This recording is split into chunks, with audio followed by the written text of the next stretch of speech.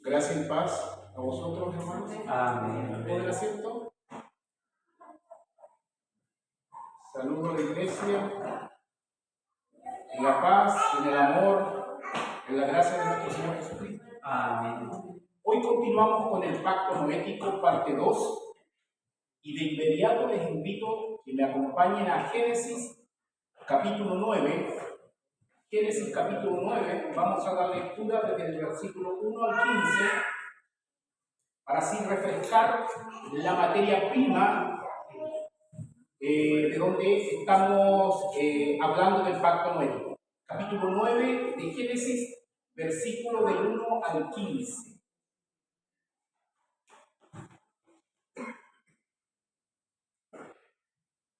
Vamos a fijarnos la hora.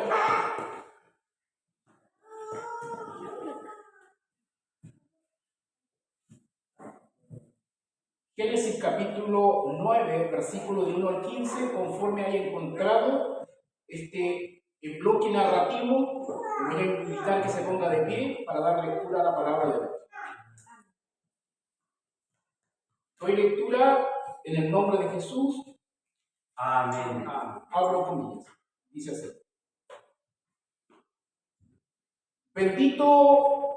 Bendijo Dios a Noé y a sus hijos, y les dijo: fructificad y multiplicaos y llenad la tierra. El temor y el miedo de vosotros estarán sobre todo animal de la tierra y sobre toda ave de los cielos, en todo lo que se mueva sobre la tierra y en todos los peces del mar, en vuestra mano son entregados. Todo lo que se mueve y vive os será para mantenimiento, así como las legumbres y plantas verdes, os lo he dado todo. Pero carne con su vida, que es su sangre, no comeréis. Porque ciertamente demandaré la sangre de vuestras vidas, de mano de todo animal la demandaré, y de mano del hombre, de mano del varón, su hermano, demandaré la vida del hombre. El que derramare sangre de hombre, por el hombre su sangre será derramada, porque a imagen de Dios es hecho el hombre. Mas vosotros fructificad y multiplicaos, procread abundantemente en la tierra y multiplicaos en ella.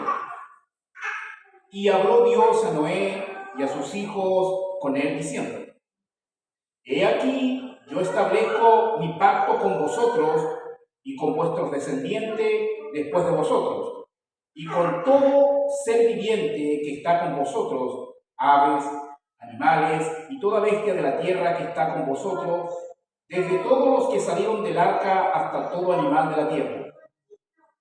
Estableceré mi pacto con vosotros y no exterminaré ya más toda carne con aguas de diluvio, ni habrá más diluvio para destruir la tierra. Y dijo Dios: esta es la señal del pacto que yo establezco entre mí y vosotros, y todo ser viviente que está con vosotros por siglos perpetuos. Mi arco he puesto en las nubes, el cual será por señal del pacto entre vosotros, entre mí y la tierra. Y sucederá que cuando haga venir nubes sobre la tierra, se dejará ver entonces mi arco en las nubes. Y me acordaré del pacto mío que hay entre mí y vosotros y todo ser viviente de toda carne, y no habrá más diluvio de aguas para destruir toda carne. Amén. ¿Está obedeciendo?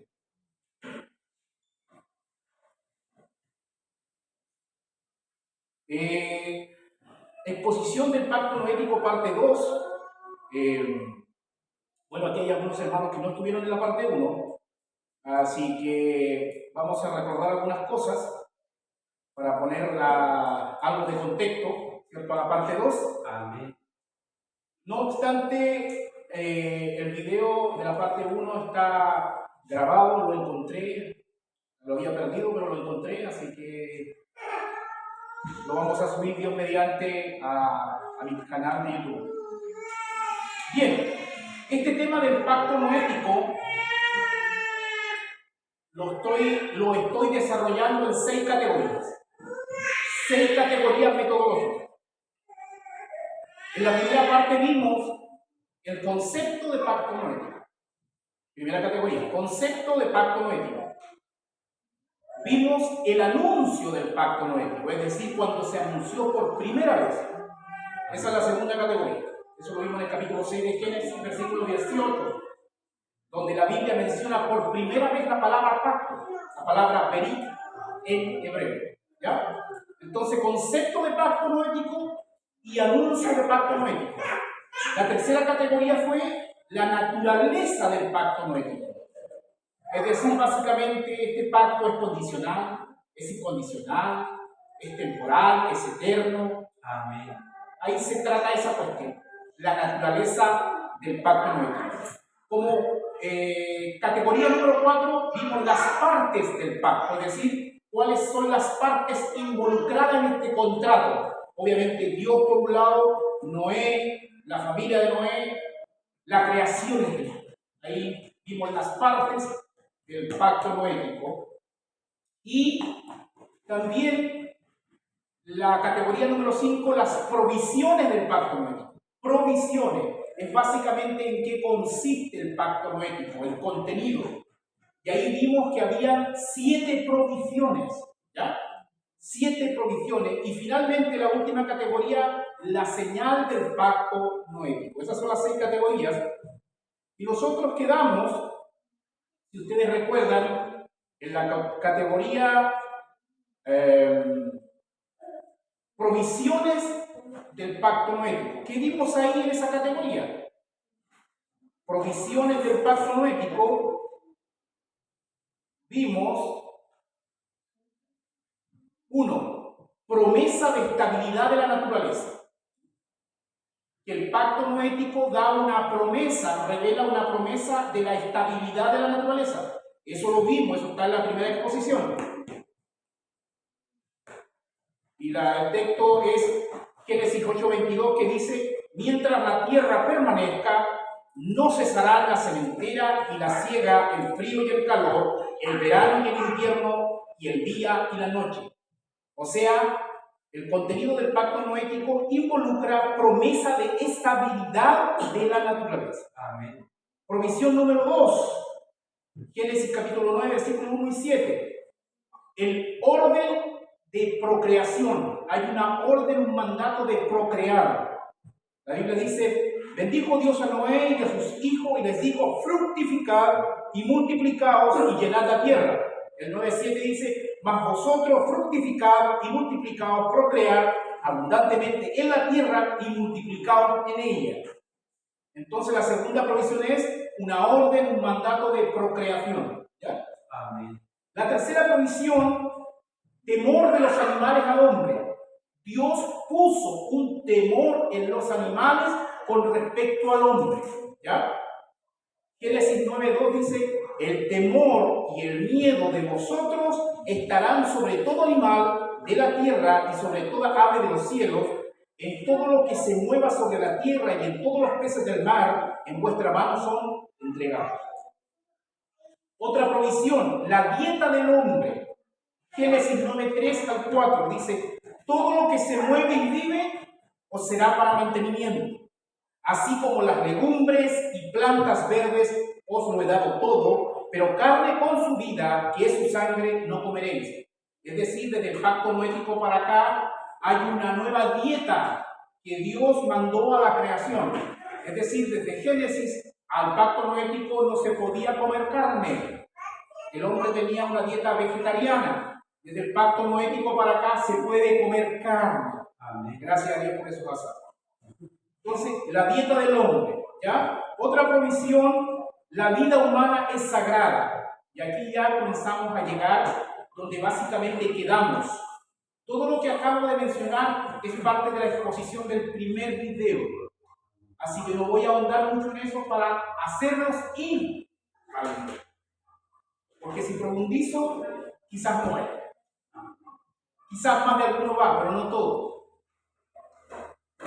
Bien, quedamos en la provisión. La vida humana es sagrada. Génesis 9:5.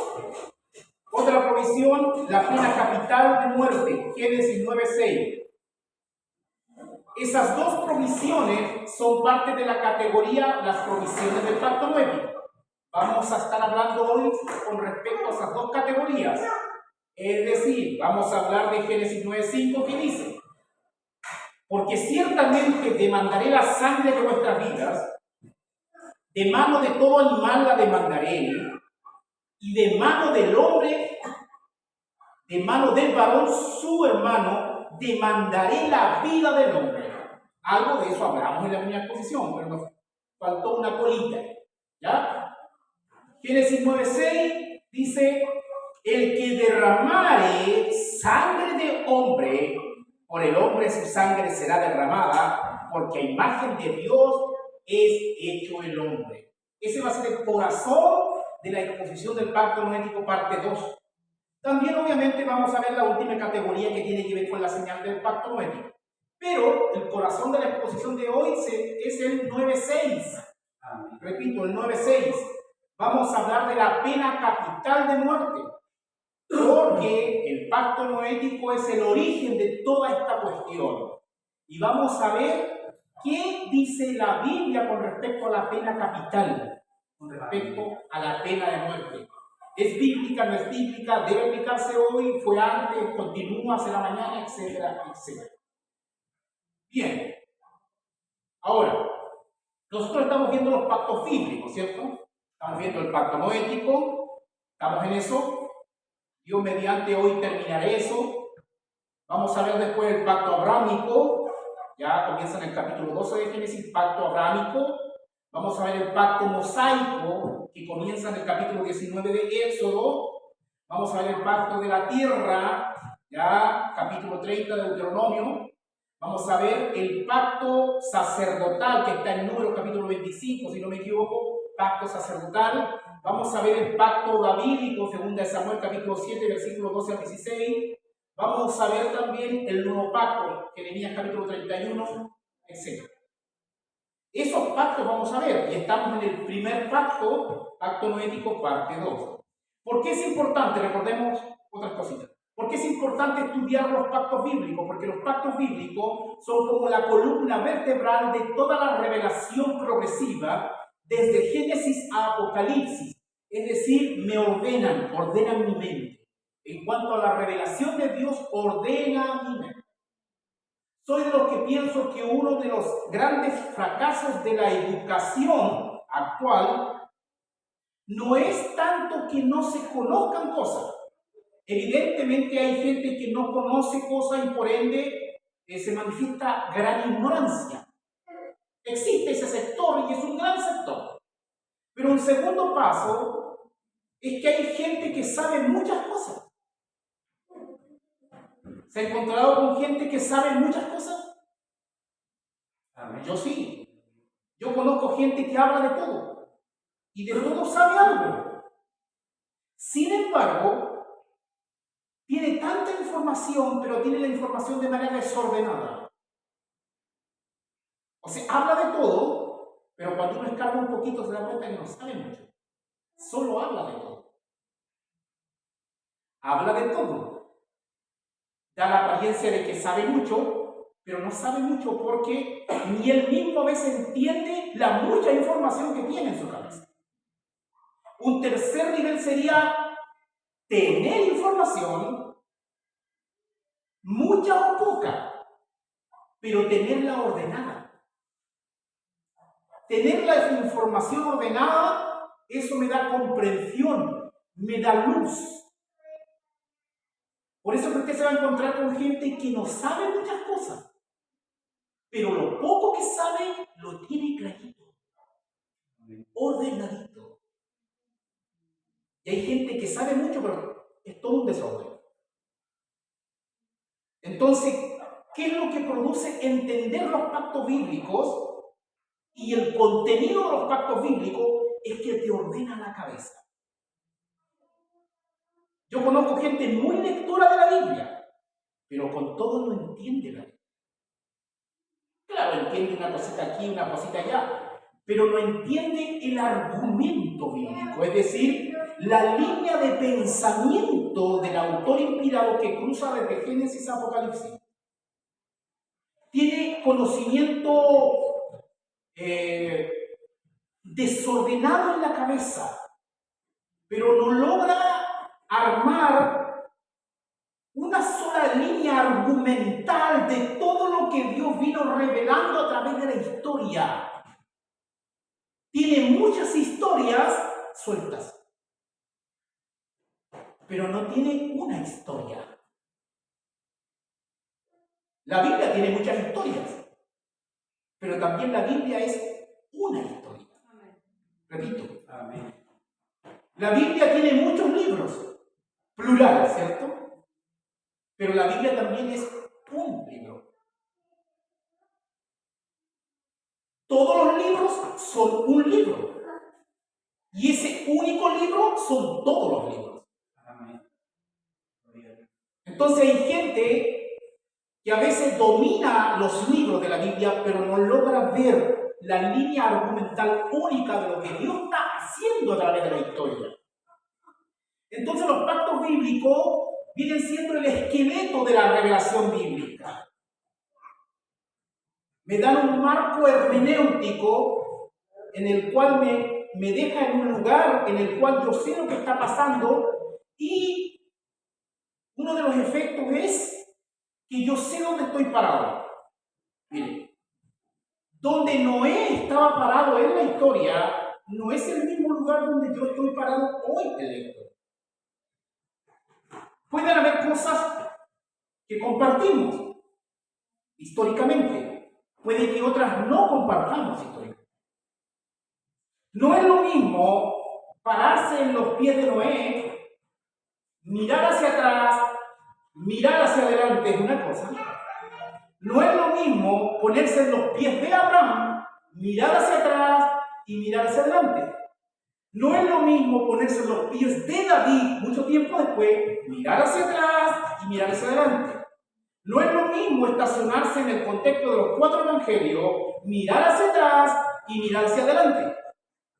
No es lo mismo ponerse en los pies de Juan cuando escribía el Apocalipsis, mirar hacia atrás y mirar hacia adelante. No es lo mismo 2000 años después nosotros mirar hacia atrás y mirar hacia adelante.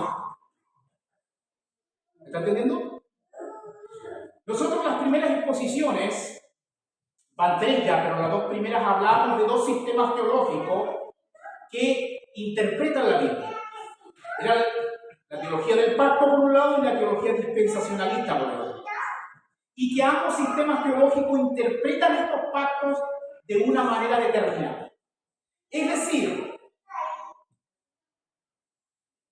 estos sistemas teológicos nos regalan una filosofía de la historia. Nosotros debemos tener una filosofía de la historia. Mire, la Biblia dice en Apocalipsis que Jesús es el alfa y el omega. Amén. El alfa, la primera palabra del idioma griego koiné, alfa. La última letra del idioma griego koiné, en la cual se escribió el Nuevo Testamento, es omega. O sea, Jesucristo es el primero y Él es el último. Él es el principio y Él es el fin. Si contextualizáramos esa verdad bíblica a nuestro abecedario, diríamos que Jesucristo es la A y la Z. ¿Pero qué quiere decir con eso? O sea, Jesucristo está en el comienzo y Jesucristo está en el final. O sea que cuando yo voy a Génesis 1:1 por decirlo, yo me encuentro con Cristo. Y cuando yo voy a Apocalipsis capítulo 22, en el último versículo, yo me encuentro con Cristo. ¿Me está siguiendo? Yo todavía no vivo Apocalipsis, porque yo estoy en el tiempo. Yo estoy en el tiempo de la historia. Amén. Dios habita de la eternidad hasta la eternidad. Amén. Yo tuve que ser salvo en algún momento en la historia. Dios me salvó en el año 1995 por su gracia gratuita. Pero Dios, como habita la eternidad, y como Dios me eligió para salvación desde la eternidad, y como el Cordero fue sacrificado desde la eternidad, uno siempre tiene que mirar las cosas desde dos dimensiones. Desde la dimensión del hombre que camina en el tiempo y en la historia, y desde la dimensión de Dios que está en la eternidad. Desde la historia nosotros aún tenemos que vivir cosas. Falta toda la escatología que tiene que venir y acontecer. Pero para Dios ya todo fue. Entendamos que para Dios ya fue. Dios está en el futuro. Desde nuestra perspectiva, para Él no es futuro. Pero desde nuestra perspectiva, Él ya está en el futuro. Amén.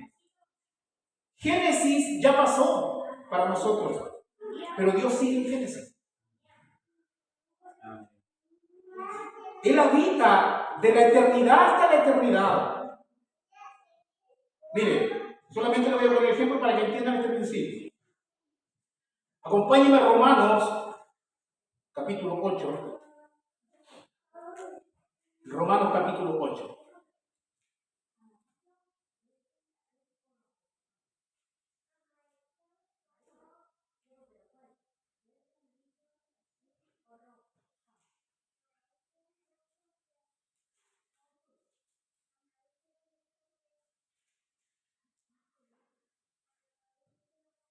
Romanos 8:29. ¿Está ahí conmigo?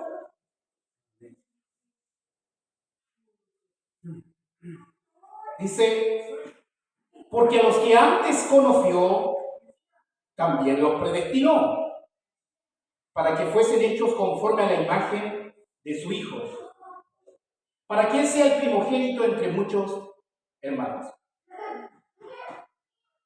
Y a los que predestinó, uno, desde nuestra perspectiva, eso está en la eternidad pasado. ¿Ya?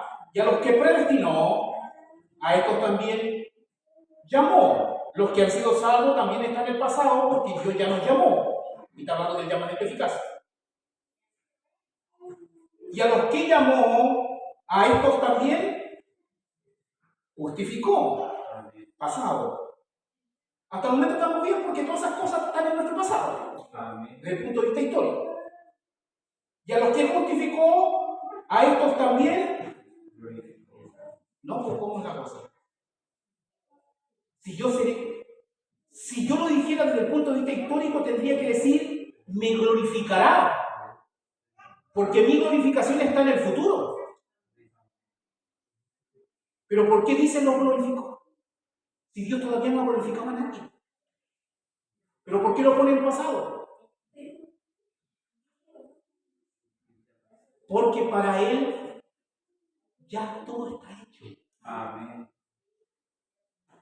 Amén. ¿Me estás entendiendo por qué Él habita de la eternidad hasta la eternidad? Pero nosotros necesitamos una filosofía de la historia. Porque independientemente que Dios está en control y para Él está todo hecho, porque Él lo hace, Él lo llena todo y en todo, Él es el principio y el fin, el alfa y el omega, nosotros tenemos que pegarnos el viaje. Porque nosotros estamos en la historia. Y para entender ese viaje, esa ruta, esa línea histórica, los pactos nos son de una ayuda tremenda porque los pactos revelan esa historia. Porque los pactos están llenos de promesas, de profecías, de cosas que acontecerán. De ahí una de las importancias de entender los pactos. Estamos viendo el pacto noético. Si usted entiende el pacto noético, usted entenderá que Dios tiene un pacto con la creación y ese pacto está actualmente vigente. Cuando usted entiende el contenido de los pactos bíblicos, a usted no lo mueve nadie de sus convicciones, ni siquiera una profecía chanta en medio de una iglesia evangélica.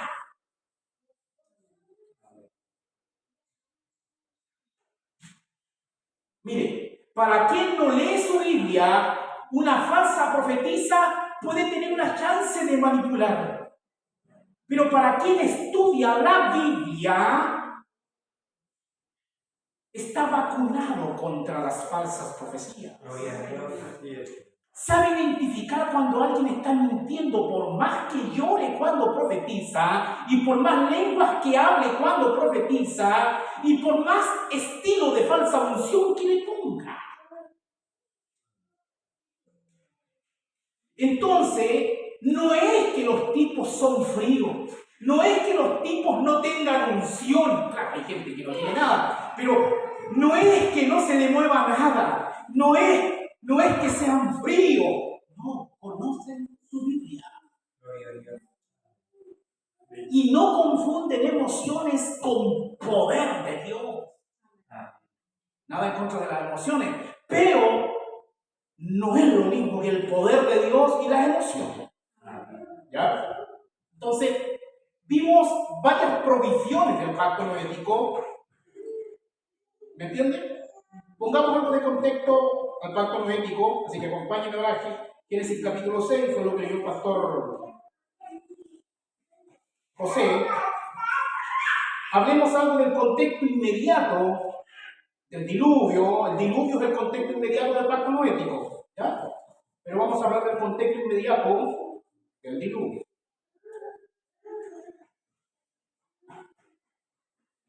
Capítulo 6, ¿está ahí conmigo? Dice así. 6:1 hacia adelante. Aconteció que cuando comenzaron los hombres a multiplicarse sobre la faz de la tierra, y les nacieron hijas, que viendo los hijos de Dios que las hijas de los hombres eran hermosas, tomaron para sí mujeres, escogiendo entre todas. Y dijo Jehová: no contenderá mi espíritu con el hombre para siempre, porque ciertamente él es carne, mas serán sus días 120 años. A ver, decíamos que aquí pasó algo grave. En este capítulo 6 de Génesis sucedió un pecado con mayúscula. En este capítulo 6, predicadores, iglesia del Señor, pasó algo grave. En este punto de la historia pasó algo terrible. A tal punto que eso produjo el diluvio. Ahora, los teólogos discuten cuál fue la clase del pecado que sucedió ahí. Pero en algo están de acuerdo, de que el pecado que sucedió fue grave. Las dos grandes teorías que se manejan dentro de la ortodoxia cristiana, por un lado, dicen que los ángeles, seres angelicales, vinieron y tomaron como esposas, tomaron como mujer a las hijas de los hombres. Es decir, hubo una relación incestuosa, podríamos decir, una relación no natural entre seres angélicos y mujeres humanas. ¿Ya? Esa es una de las teorías que se maneja. Si es que esto fuera así, eso fue un pecado muy, pero muy grave para Dios, que lo llevó a ejecutar juicio cataclísmico que fue el diluvio. Amén. Así que si usted quiere profundizar en eso, estudie. Esa es una postura. Hay mucho que decir de eso. La otra postura es que venían dos líneas de humanidades, dos líneas genealógicas. Venía la descendencia cainita y la descendencia setita. ¿Se acuerdan de Caín? Caín fue el que mató a su hermano Abel. Esto es importante. El primer asesinato de la historia fue un asesinato de hermanos. Amén. Caín mató a Abel.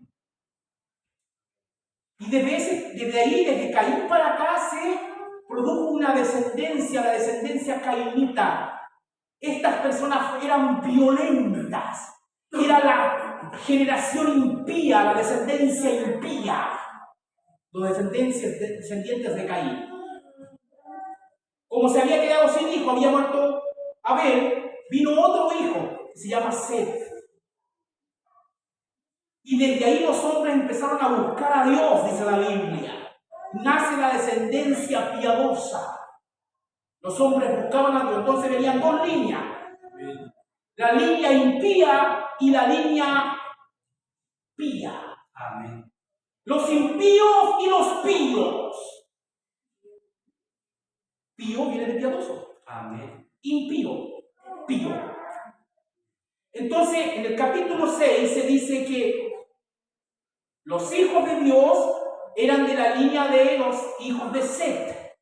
Hombres que eran hijos de Dios empezaron a buscar a Dios, a invocar a Dios, pero llegó un momento donde echaron los ojos para el lado y empezaron a mirar a las hijas de Caín. Amén. Eran hermosas.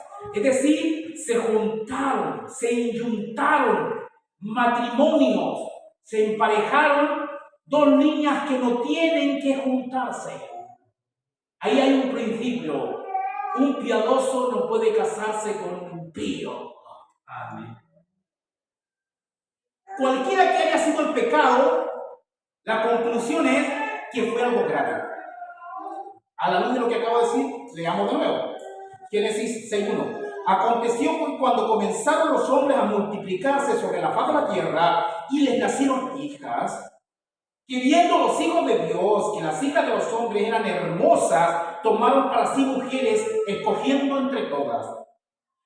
A la luz de eso, y dijo Jehová: no contenderá mi espíritu con el hombre para siempre, porque ciertamente él es carne, más será sus días 120 años.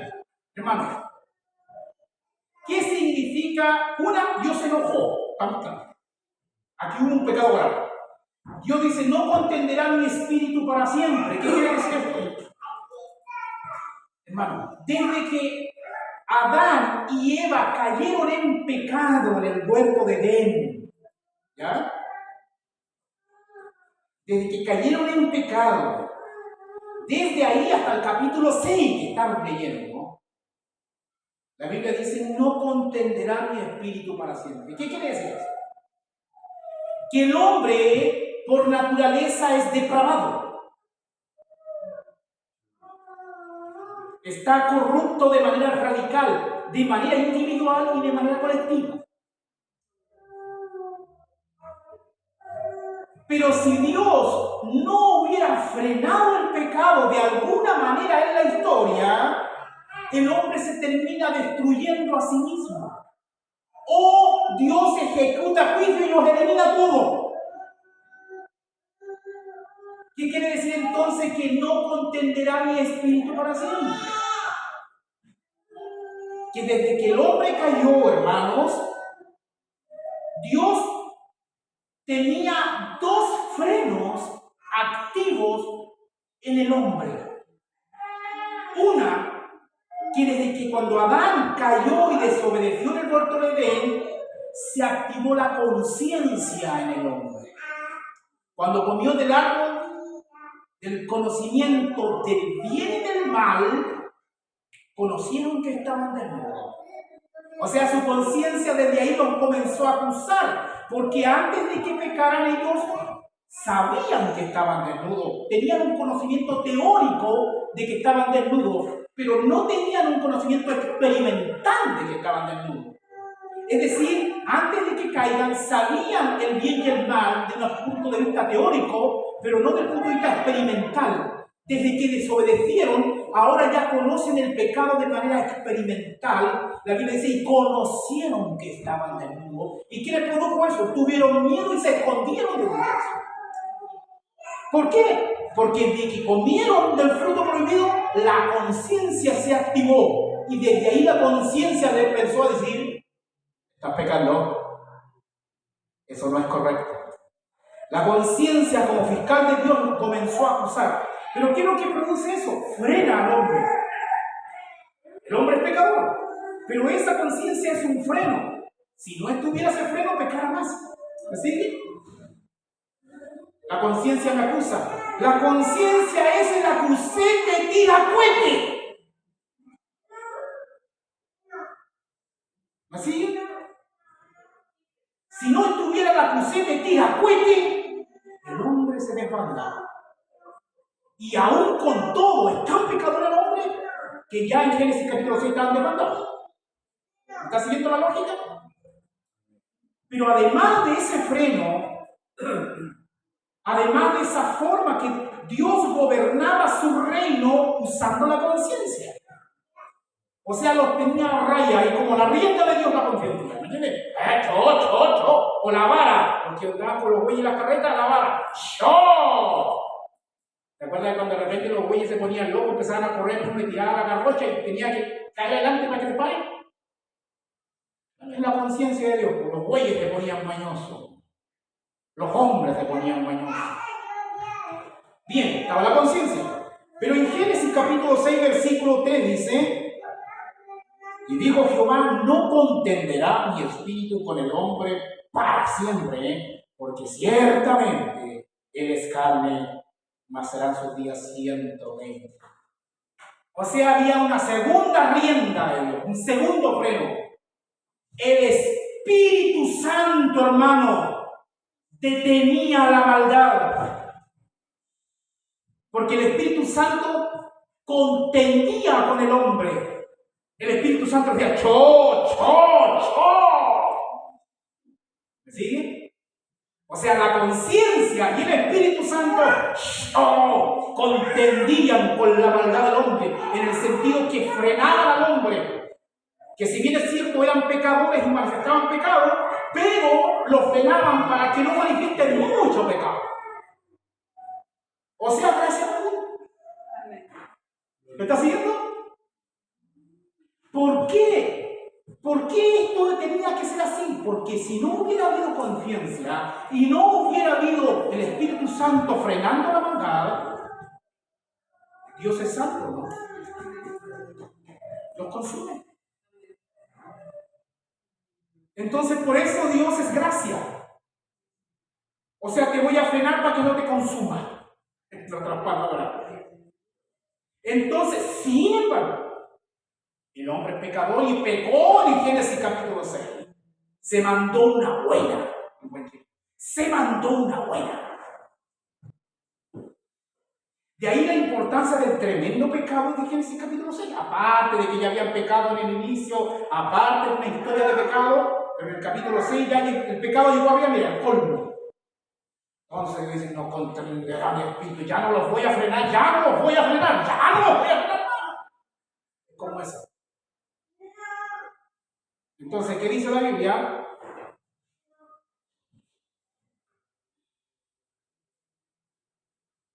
Dice en el 6.6, el 6.5, ¿está ahí conmigo? 6.5 dice: y vio Jehová que la maldad de los hombres era mucha en la tierra, y que todo designio de los pensamientos del corazón de ellos era de continuo solamente el mal, a pesar de los dos frenos que tenían. La conciencia, estaban en la dispensación de la conciencia. A pesar de que el Espíritu Santo los frenaba, a pesar de que la conciencia también hacía su pega, con todo, y vio Jehová que la maldad de los hombres era mucha en la tierra, y que todo designio de los pensamientos del corazón de ellos era de continuo solamente el mal. El 6. Aquí Jehová lanza un antropomorfismo. Y se arrepintió Jehová de haber hecho hombre en la tierra, y le dolió en su corazón.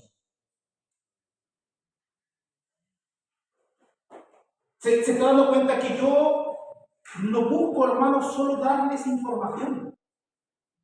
Porque si buscara solamente darles información, les diría, lean su Biblia. Habría mucha información. Busco que usted entienda la cuestión. Porque cuando se entiende la cuestión, usted se está formando.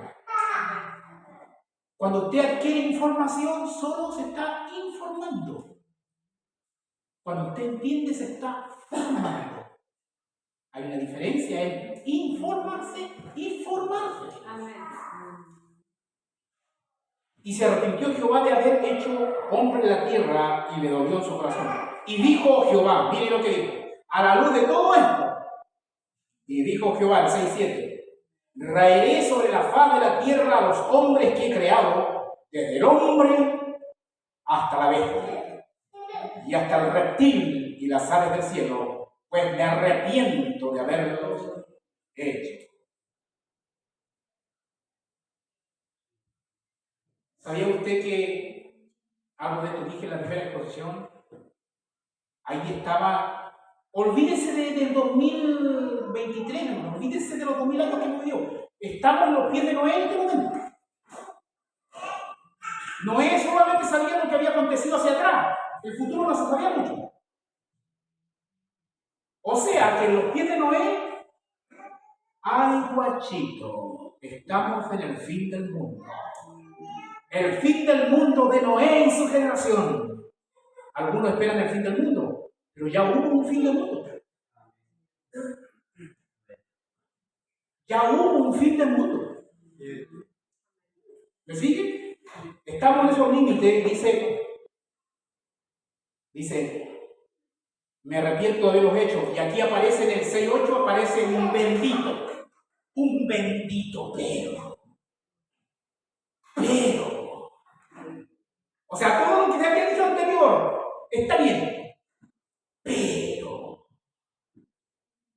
Mire, una sola palabrita hace la diferencia, hermano. Una palabrita llena de gracia.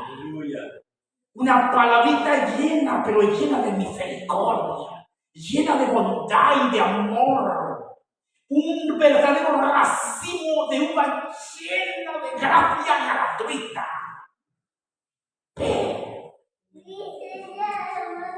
Pero Noé halló gracia ante los ojos de Jehová. Si nos quedáramos con la traducción de la Reina Valera, daría la impresión a primera vista que es como un mérito de Noé. Pero no es eso. No es que Noé tenía tanta gracia, por eso Dios lo perdonó. No. Esto significa, pero a Dios, a pesar del pecado de Génesis capítulo 3, la caída, a pesar de todos los pecados que vinieron después, el asesinato de Caín, el asesinato de que Caín mató a Abel, a pesar del pecado de Génesis capítulo 6, a pesar de todo eso, pero, una paráfrasis aquí, pero a Jehová le plació tener gracia para con Noé. O sea, a Dios le dio la gana, la soberanía, la gracia soberana manifestándose en ese pero Dios era santo, hermano. Un diluvio estaba a la puerta, pero me da la gana salvar a Noé. Amén. Me da la gana, y yo le pongo una añadidura pedagógica. ¿Y qué? Gloria a Dios. ¿Me sigo, no? Es como que Dios diciéndoles como que no está con los sistemas teológicos. ¿Y qué? Es como que con ese ¿qué destruye? Todos esos seminarios pencas aquí. ¿Y qué?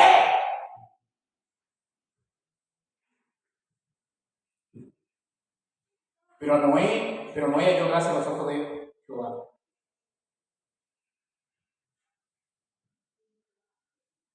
Etcétera.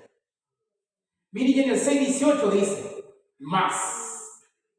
Ese pero igual se conecta teológicamente con el más. 6:18, el anuncio del pacto. Más estableceré mi pacto contigo y entrarás en el arca tú, tus hijos, tu mujer y las mujeres de tus hijos contigo. O sea, mató a toda la humanidad. Lo voy a poner en términos reales. no romántico, no poético, no en términos azucarados, no en términos afeminados, no en términos de color roja, sino en términos reales. Dios mató a toda la raza humana y solamente en su soberana elección decidió salvar solo a una familia. Amén. ¿Cuántas familias había en la raza humana en ese momento? Muchas, muchas, muchas, muchas, muchas. Y solo salvó a una familia. Amén. Ni siquiera porque esa familia tenga mérito, simplemente porque le dio la gana. Amén.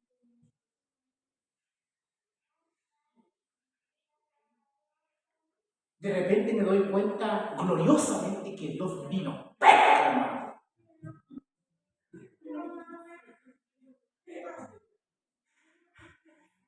Que solamente los que aman la soberanía de Dios pueden decir amén a eso. Amén. Porque el que no ama la soberanía de Dios, la carne le da rabia, hermano.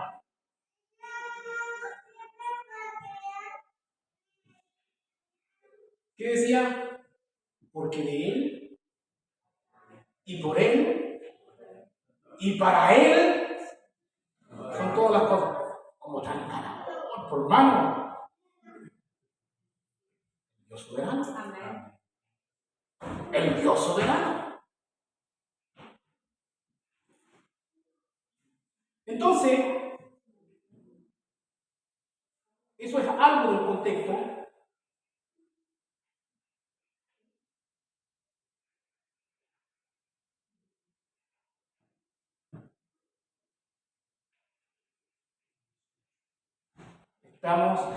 Entonces ahora entramos a esa provisión, el 9.6. Leamos el 9.6. Vean el primer video, porque hay muchas cosas que yo salto aquí. 9.6 dice: el que derramare sangre de hombre, por el hombre su sangre será derramada, porque a imagen de Dios es hecho el hombre. 9.6. Amén. Hermanos, Caín había matado a Abel. Primer asesinato. La tierra estaba llena de violencia, por eso vino el diluvio.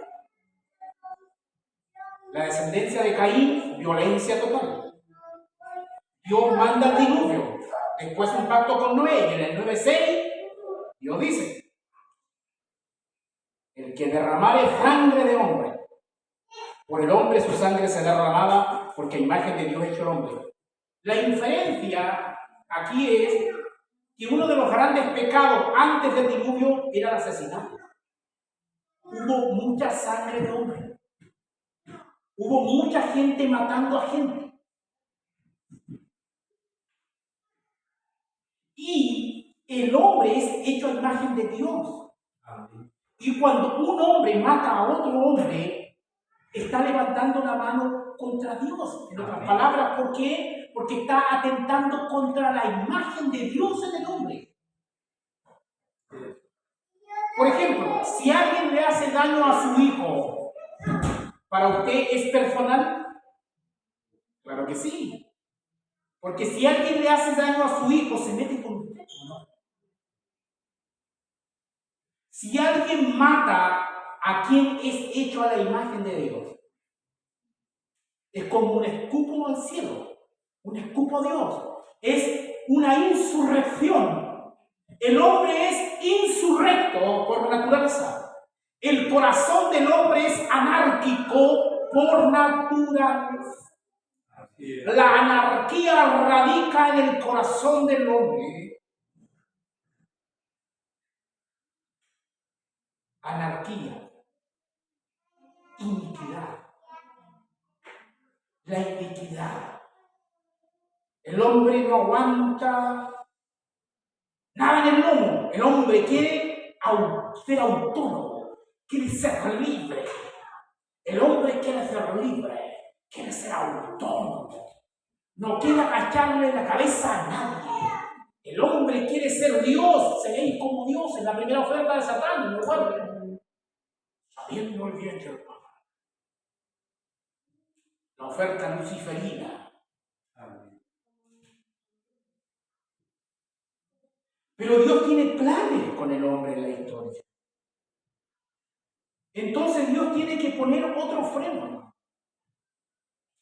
Estaba el freno de la conciencia.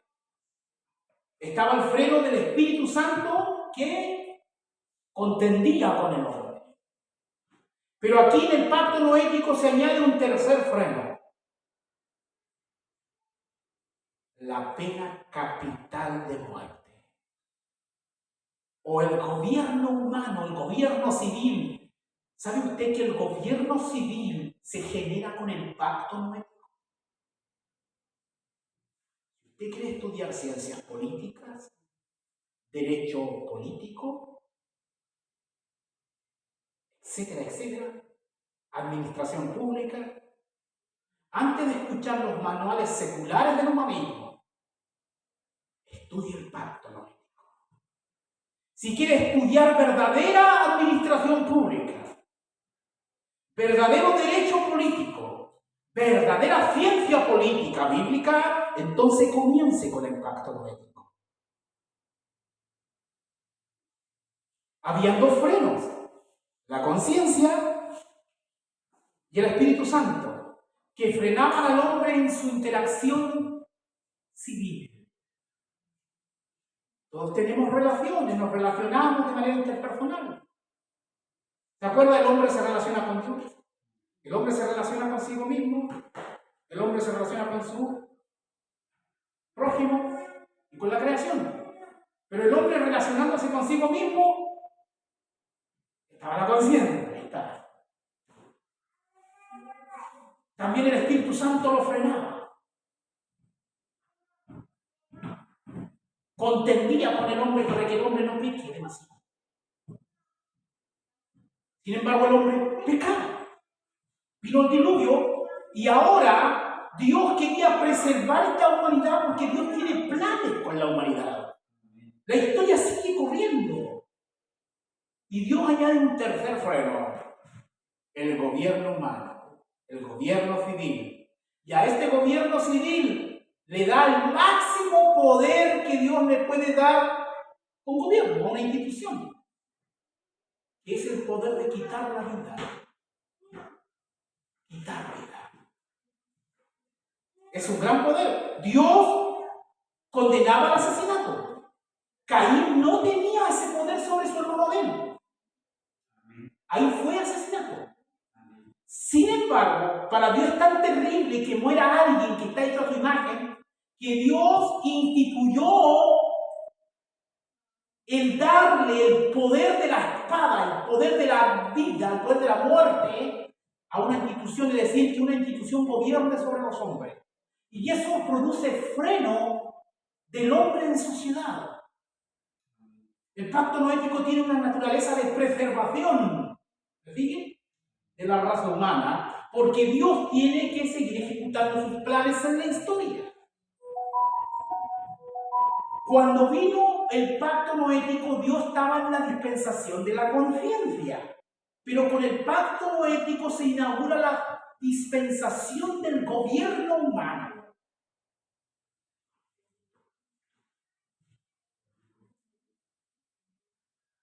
Y en el 9:5 dice: porque ciertamente demandaré la sangre de vuestra vida, de mano de todo animal la demandaré, y de la mano del hombre, de mano del varón su hermano demandaré la vida del hombre, porque la vida es sagrada para Dios. Pero no es sagrada per se, sino que es sagrada porque estamos hechos a la imagen de Dios. Aquí nace la filosofía de los derechos humanos. Claro. No la religión del derecho humanismo, que es una perspectiva progre de los derechos humanos, sino que los derechos humanos, desde el punto de vista bíblico, nace con el pacto noético, y el fundamento no es que el hombre sea valioso per se, sino que el hombre es valioso porque fue hecho a la imagen de Dios.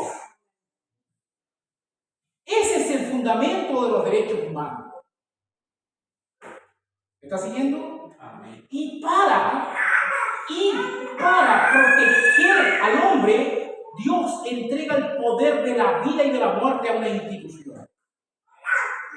En el pacto noético, la teología del gobierno civil está en pañales, desde ahí se comienza a esgrimir y a tejer. ¿Dónde está el origen del Estado? ¿Dónde está el origen del gobierno civil? En el contexto del pacto noético, y específicamente en el capítulo 9, versículo 6. Dice nuevamente: y el que derramare sangre de hombre, el que derramare sangre de hombre.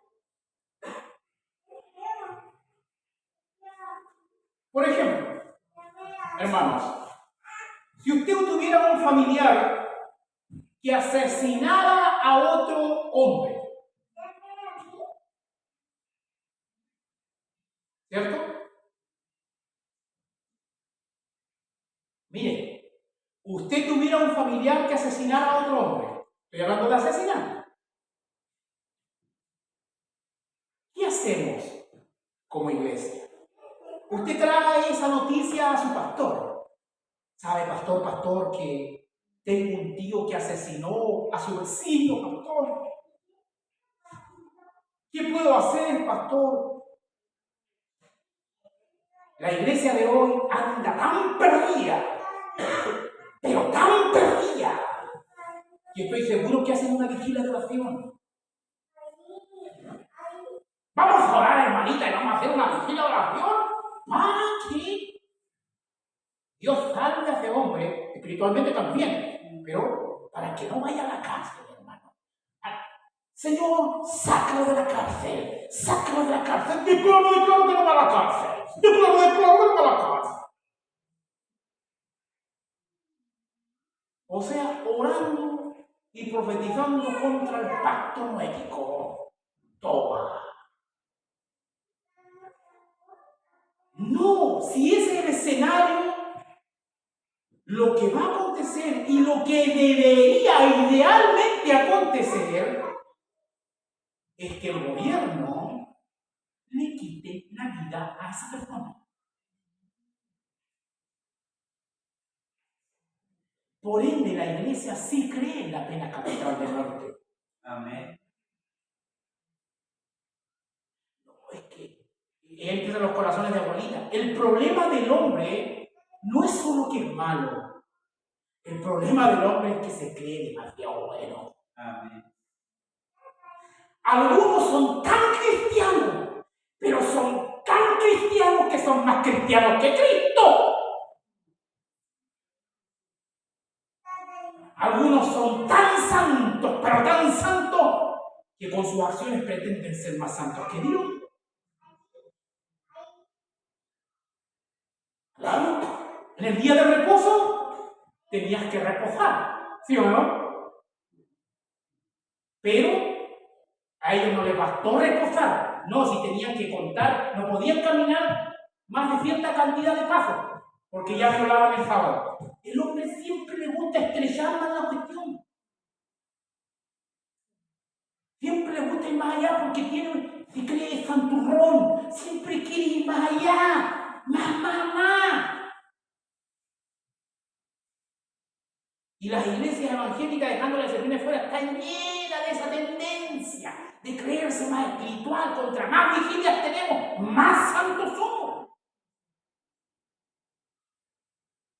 Vigilia. Y la idea es no quedarse dormido, porque si tú te quedas dormido, pierdes la santidad.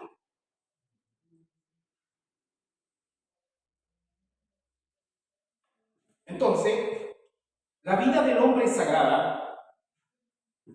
El que derramare sangre de hombre, por el hombre su sangre será derramada, porque a imagen de Dios, esa es la razón, porque a imagen de Dios es hecho el hombre.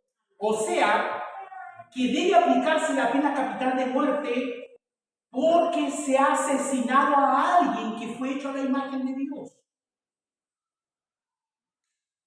Y aquí uno puede sacar ciertas implicancias. ¿Qué pasa con el aborto? El aborto es un asesinato de fortuna. ¿Qué merecen las abortistas? Pregúntenle a un evangélico que conoce su Biblia y a un evangélico que no conoce su Biblia. Pase evangélico que no conoce su Biblia. ¿Qué le diría usted a las abortistas? Bueno, yo estoy orando para que Dios las salve, para que Dios las salve, estas mujeres no conocen la verdad. Bueno, no sé, pobrecita, ellas vivieron así, en el contexto que nacieron, por eso ellas no pueden criar a sus hijos. ¿Te levanta el discurso, la lógica? Pase segundo hombre que conoce su Biblia. ¿Qué merecen las abortistas? Merecen la muerte. Merecen la espada del cogote. ¡Asesinas! Dios dio ese poder al gobierno civil. Y los gobiernos que no tengan eso en su legislación y en su código penal están contra Dios. Son gobiernos apóstatas que un día rendirán cuenta en su gestión política delante de Dios. Amén. Muerte para las abortistas. No estoy hablando de que no le prediquemos el evangelio. Dios la salve, ese es otro tema, ¿me está entendiendo? Ese es otro tema. La iglesia, por supuesto, que tiene que desear que las abortistas Dios las salve, etcétera, etcétera. Pero si a mí me están haciendo una pregunta en un sentido político de convivencia civil, desde ese punto de vista yo estoy de acuerdo que Dios le haya dado el poder al gobierno civil de que las mate.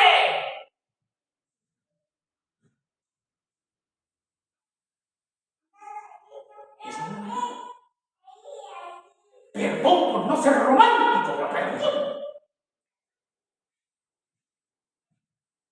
El que derramare sangre de hombre, por el hombre su sangre será derramada, porque imagen de Dios es hecho el hombre. Miren, vamos a Romanos capítulo 13.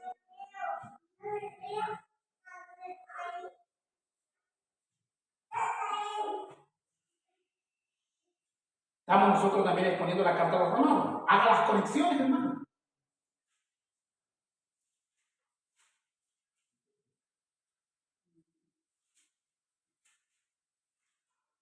Romanos capítulo 13, ¿está ahí conmigo? Amén. Dice así: sométase toda persona a las autoridades superiores, porque no hay autoridad sino de parte de Dios, y las que hay por Dios han sido establecidas. De modo que quien se opone a la autoridad, a lo establecido por Dios, resiste. Y los que resisten acarrean condenación para sí mismos. Porque los magistrados no están para infundir temor al que hace el bien, sino al malo, al asesino. ¿Quieres, pues, no temer la autoridad?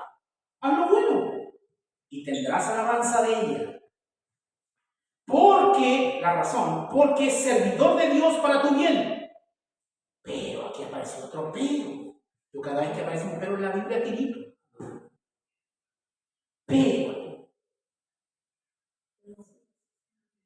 si hacen lo malo, entre los cuales está incluido el asesinato, pero si hacen lo malo, teme, porque no en vano lleva la espada, pues es servidor de Dios, vengador, para castigar al que hace lo malo. El gobierno, en su diseño bíblico, en su diseño original, es vengador. Es el vengador de Dios, es el siervo vengador. Apliquemos contemporáneamente estas cuestiones. Chile está llenando de violencia el narcotráfico, violencia en la Araucanía, muchos asesinatos, el tren de Aragua en el norte. Amén. Amén. Secuestros, inmigración que trae violencia. ¿Qué debería hacer Boris si quiere ser bíblico? ¡Cuchillo con todos! Esa es mi opinión. cuchillo con los asesinos. Estoy hablando desde la dimensión política, entiéndase. Yo a ellos como hijo de Dios tengo que predicar el evangelio y Dios los salve. Pero políticamente, ojo, no hacemos caricaturas con los inmigrantes. Muchos inmigrantes fueron, y quede claro. Estamos hablando de los violentos, sean de que vienen de afuera o de acá adentro. Los asesinos, espada con ellos, cuchillo con ellos.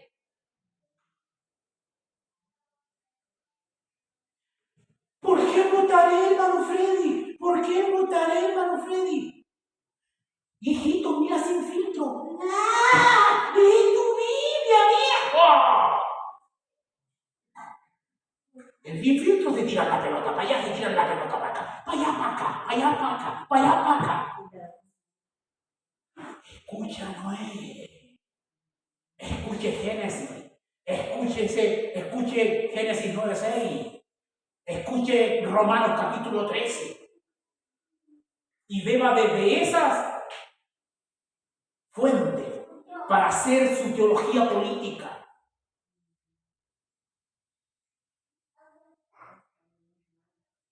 ¿Qué me importa a mí que sea de derecha y de izquierda, de arriba y de abajo? Aquí lo que importa son las ideas, cuáles son las ideas bíblicas. Y tampoco vamos a encontrar una posición perfecta. La cuestión es, ¿cuál es el mal menor? No es que el proceso no se va a cerrar, se cierra, se habla, da igual. La iglesia no tiene que ser cómplice. Amén. Amén. Esa es la cuestión. Amén. Aunque después Dios mande al juicio, ¿qué? Es mucho tiempo.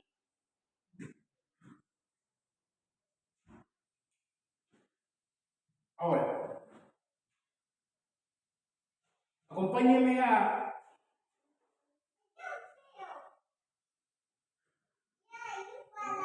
Mateo 26:52. Vamos a empezar a cerrar.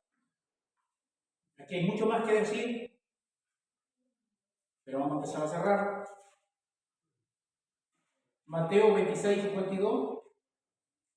Aquí podríamos haber definido la cuestión del ecologismo también, pero solamente pusimos pautas. Mateo 26:52, ¿está conmigo? Entonces Jesús le dijo, leamos del 51.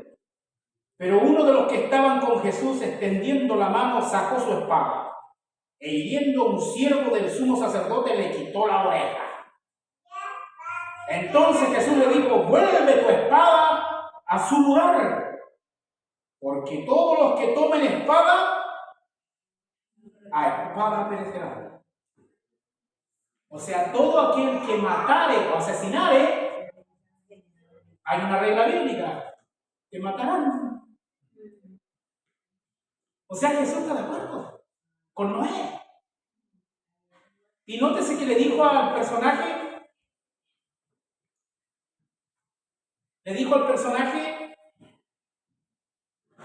no le dijo, oye, guarda tu espada en tu casa o véndela.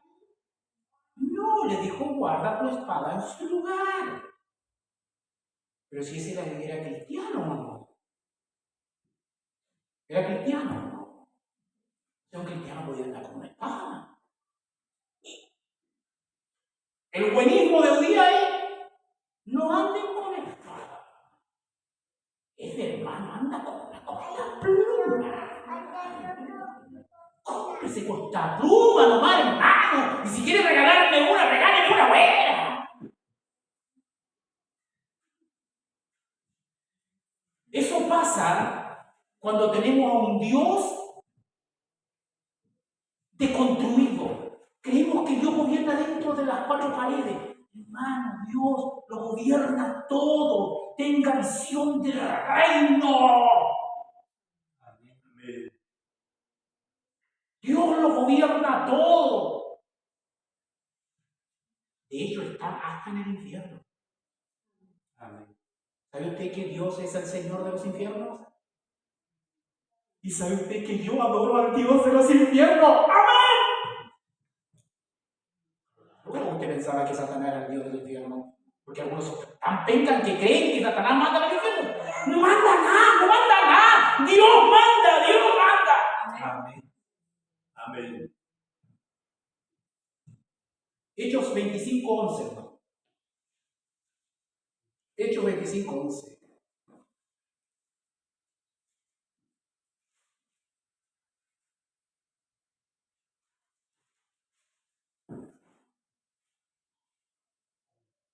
¿Ahí conmigo? Pablo apela a César, tiene como subtítulo. Dice, Hechos 25:11, usted puede leer el contexto en su casa.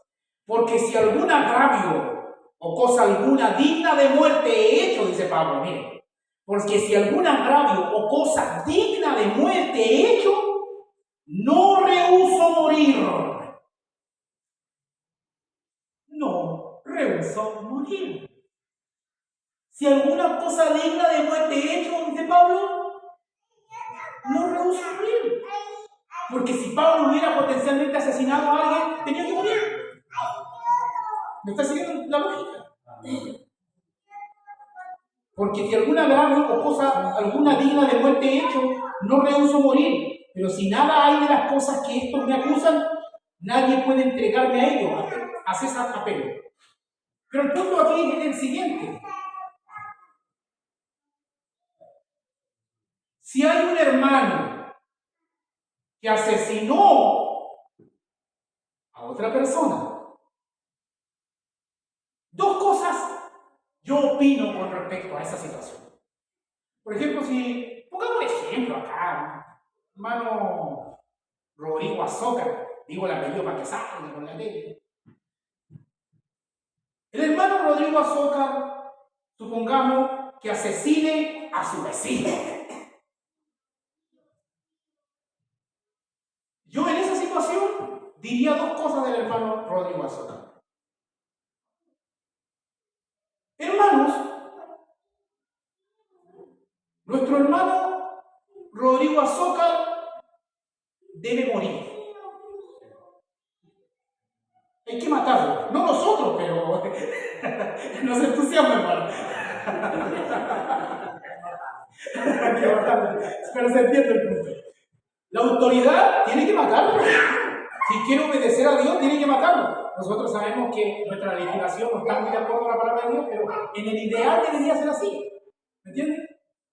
Entonces, pero la opinión de la iglesia, que conoce su Biblia, sería: la autoridad debe matarlo.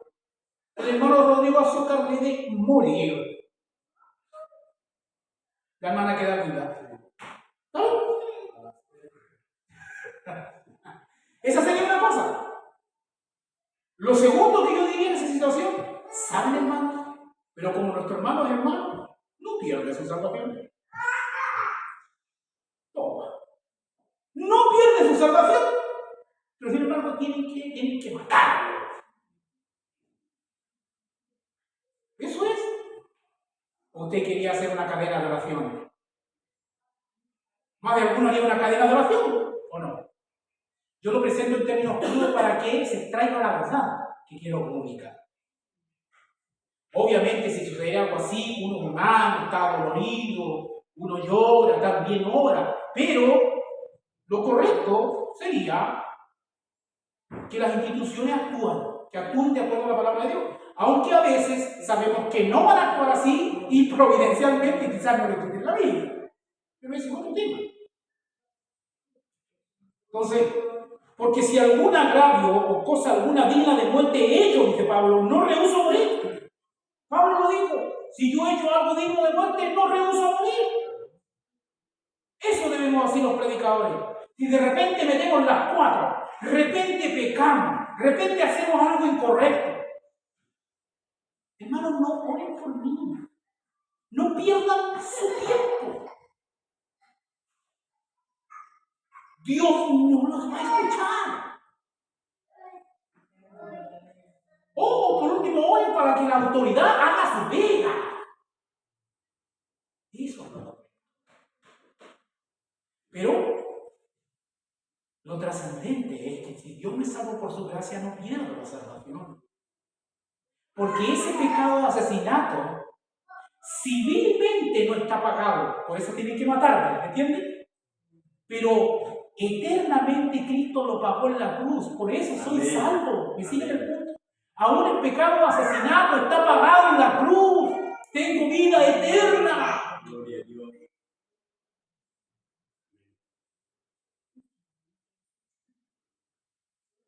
Promesa de no diluvio. No sé qué horas son, ¿eh?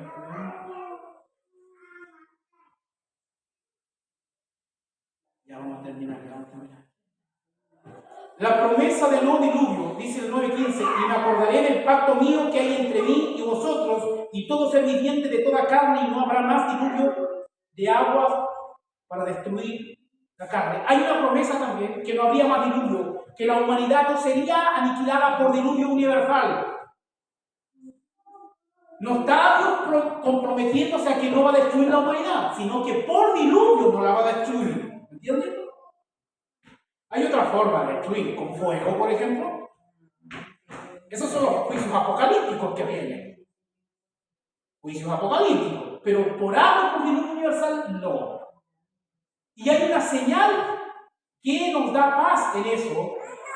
En el 9:12-14 dice: y dijo Dios, esta es la señal del pacto que yo establezco entre mí y vosotros y todo ser viviente que está con vosotros por siglos perpetuos. Mi arco he puesto en las nubes, el cual será por señal del pacto entre mí y la tierra, y sucederá que cuando haga venir nubes sobre la tierra, se dejará ver entonces mi arco en las nubes. El arcoíris, todos hemos visto el arcoíris. La señal de que Dios tiene pacto con la humanidad, con la creación, con el hombre, con los animales. En otras palabras, cuando vea el arcoíris, eso significa que Dios tiene pacto. Eso significa que el pacto noético está vigente. Eso significa que Dios es fiel a su pacto. Algunos hacen una cuestión media romántica aquí con el pacto, o sea, con el arcoíris. ¿Se dan cuenta los arcos estos para tirar flechas para salir a cazar? Había una costumbre cultural histórica que decía que cuando el cazador dejaba de cazar, había tenido una jornada de cacería, ¿cierto? Pero cuando llegaba a su hogar, tomaba el arco y lo colgaba en la pared y lo colgaba hacia abajo. No sé si me entienden. No lo colgaba así como aparece el arcoíris, así. En un clavito, porque si no había un clavito en ese tiempo, no se entiende el punto. Lo dejaba colgado hacia abajo. Y eso era señal de que no está de cacería. La cacería terminó. O sea, cuando tú veías un arco así, culturalmente hablando, significaba el cazador no anda de cacería. Entonces, una expresión romántica de esta cuestión dice que cuando se ve el arco iris, es como que Dios no está de cacería. O sea, no te ejecutará juicio de agua mundial sobre la tierra. Ahora, eso es bonito y tiene significado y cansa teológicamente, pero gramaticalmente hablando no hay ninguna evidencia de que la posición del arcoíris signifique eso. O sea, por esa costumbre cultural. Puede ser, pero la Biblia no lo revela. Ahora, lo que la Biblia sí revela es que ese arcoíris significa que Dios tiene pacto y que no volverá a mandar un diluvio. Eso sí, no volverá a haber juicio de diluvio. Eso significa el arcoíris. Ahora hay predicadores románticos como Josías Brown que dan esa cuestión, pero eso no lo dice usted. Perdón. Entonces, esa es la idea. Hay un arcoíris. Hay un arcoíris que es señal de que Dios tiene pacto con la humanidad. Hay mucho más que decir, hay mucho más que sacar. Yo solamente desarrollé algo de la pena capital, pero de cada provisión uno podría hacer todo un desarrollo del tema. Hay 7 provisiones, podrían haber pacto parte del 1, parte 7. Pero entendemos que tenemos que avanzar, así que queda como tarea de ustedes para que sigan profundizando en el pacto noético. Las directrices generales ya están dadas, la idea general está dada. Así que damos término al pacto noético, parte 2, para la gloria de Dios. Así que cantamos alguna alabanza, pasa mi hermano acá a este lugar y Que alguien pueda detener el video, por favor. Y la